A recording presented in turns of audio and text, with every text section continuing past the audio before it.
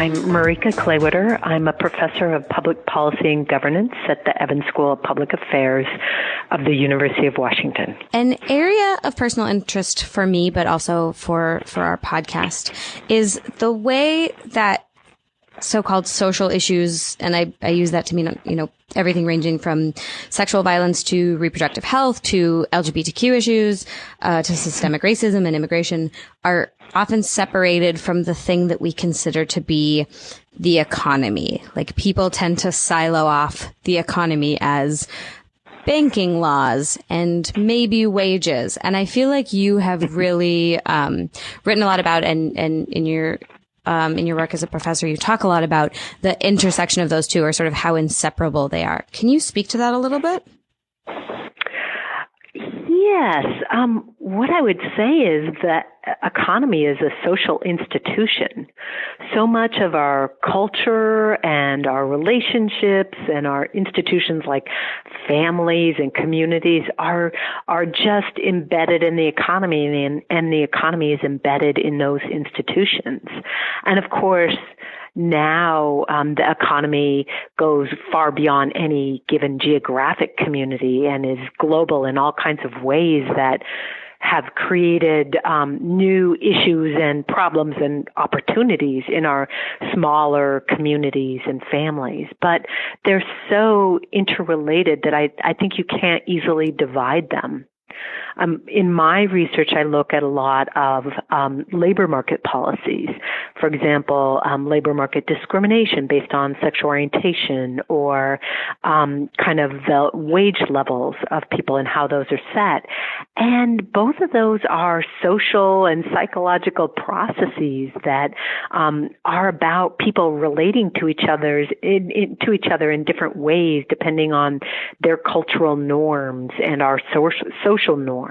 There's a lot of long-term impacts and long-term economic impacts to things like, discrimination based on sexuality. What have you found in your research as far as like the long-term impacts?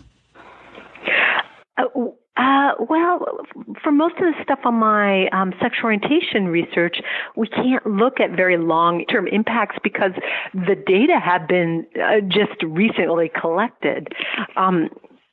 It really wasn't until the early 90s that we had any data on individuals and labor market earnings that was connected to information about who they were living with, who they were partnered with, or sexual identity of any kind.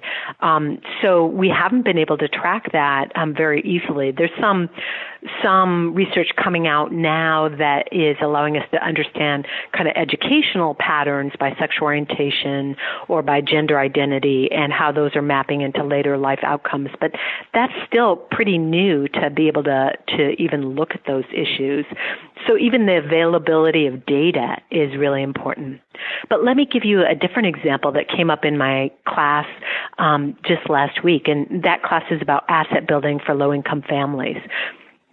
So how do families build wealth and economic opportunity and well-being by saving money, by getting education, by buying homes? And last week we were talking about home ownership and about how redlining of particular geographic areas within cities was done by the U.S. government, and they specifically were drawing lines around African American communities and low-income communities and saying the government's not going to guarantee loans in those areas.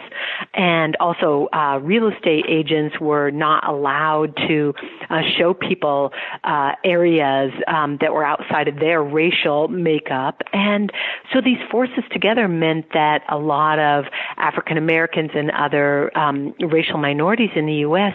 weren't able to buy homes 60, 80 years ago, which meant that they didn't have wealth to pass on to their children. Their children didn't have access to schools in communities where there were there were more integrated income levels, and so the schools were better. And so that kind of home ownership policy has had implications for all the generations after that. And I feel like gentrification is actually like gentrification that then occurs later, as we're seeing sort of happen in Seattle, where those traditionally redlined neighborhoods are now the slightly more affordable neighborhoods that middle-class white people are moving into, is one of the few places where we sort of all are okay, overlapping financial and social issues. And even then, I feel like people don't always quite put those things together. Where do you think this comes from? This desire to separate apart, these are issues that have to do with money and these are issues that have to do with life, when, most of us would admit that money is a pretty big part of what determines most things in our life. Oh, that's an interesting question. Why do we separate them? I mean, I think there's definitely some benefits to thinking about policies separately. It's easier, right? I mean, to look at the whole of the social structure and economic structure is really difficult to do at once. It's easy. And certainly, those people in power who wanted to maintain certain advantages in the economy and in social structures have incentives to keep things separate. But it's also partly just an American thing, I think. That American dream, that belief that so many of us at all income levels want to believe that all we have to do is work hard and get a little luck and we're going to be able to be the next rich person. I think that also contributes in the U.S. to us keeping the economy and economic factors separate from social issues. Right. And I think you're exactly right. That idea that, all you have to do is work really hard and you can somehow overcome like any and all systemic barriers because they weren't economic barriers and the only thing keeping you from what you want is hard work. I kind of got on this issue because I was thinking about reproductive health, because to me, the link between reproductive health access and money is really direct. If I did not have access to reproductive health care, my financial outcomes might be different because my entire life might be different. And I wrote about this recently. What I did not realize was that was a somewhat controversial remark to make, or it was two things that people were not expecting to see put together, which surprised me. In your work, have you ever been surprised by finding sort of something social and something economic and had people sort of reject the idea that it was economically based? Oh, interesting. Yeah, I think maybe the closest I might get to is that people, I think, miss the idea that schools and how we fund schools is a very social issue.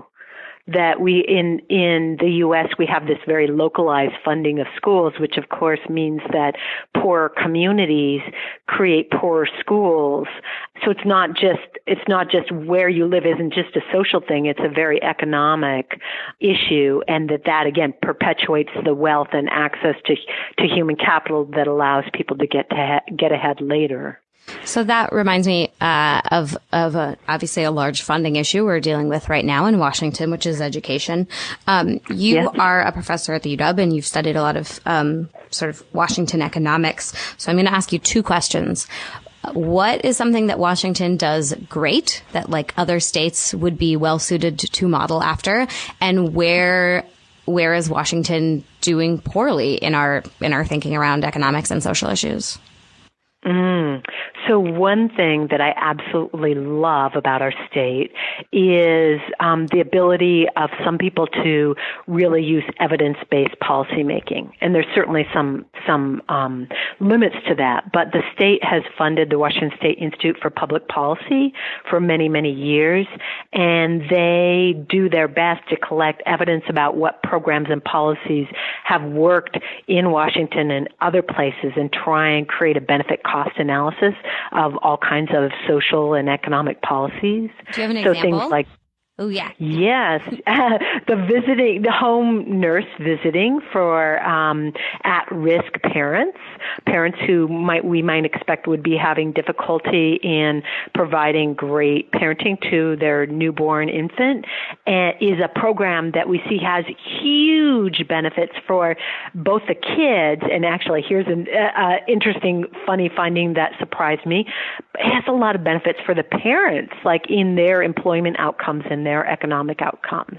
Interesting. So that's a great example where looking at the evaluations of this program that have been done in various places show that this really pays off, not just from a personal perspective of helping these people, both the babies and their parents, but from a public cost perspective, it also pays off many times over. Oh, that's so cool.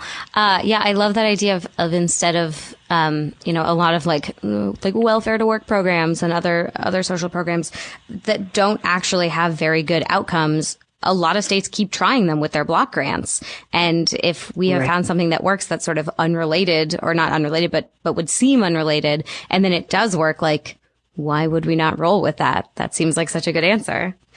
Okay, so what are we doing wrong? Where are you giving us an F? So definitely we need to work on the education piece, which you were talking about, but and funding it everywhere in the state, but also on food security. We don't do very well on food security.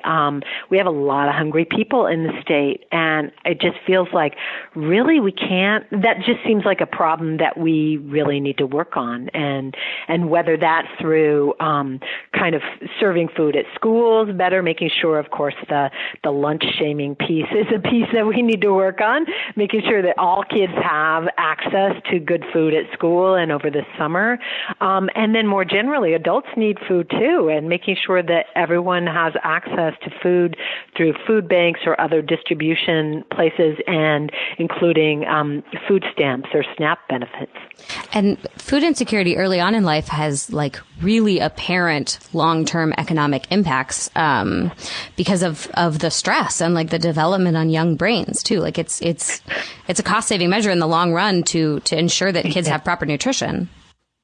We are finding out so much more about that as we're learning. We're knowing to look there for those issues that little kids, babies and little children learn a lot about how to manage life early on, and stress and a lack of hope and a lack of feeling of efficacy and ability to manage their lives early on because their families don't have access to food or education. It seems risky. Their neighborhoods aren't safe. All these things really feed into kids not being able to manage later on because their brains haven't developed that capacity. I think it's interesting you said one of the issues is that we don't know to look there always, or we haven't known to look there for research.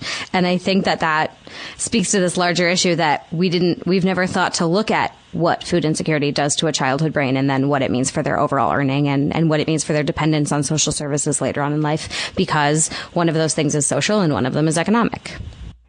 Yeah, that's absolutely right. And also just to think broader about what helps people become adults who can function and are healthy and happy.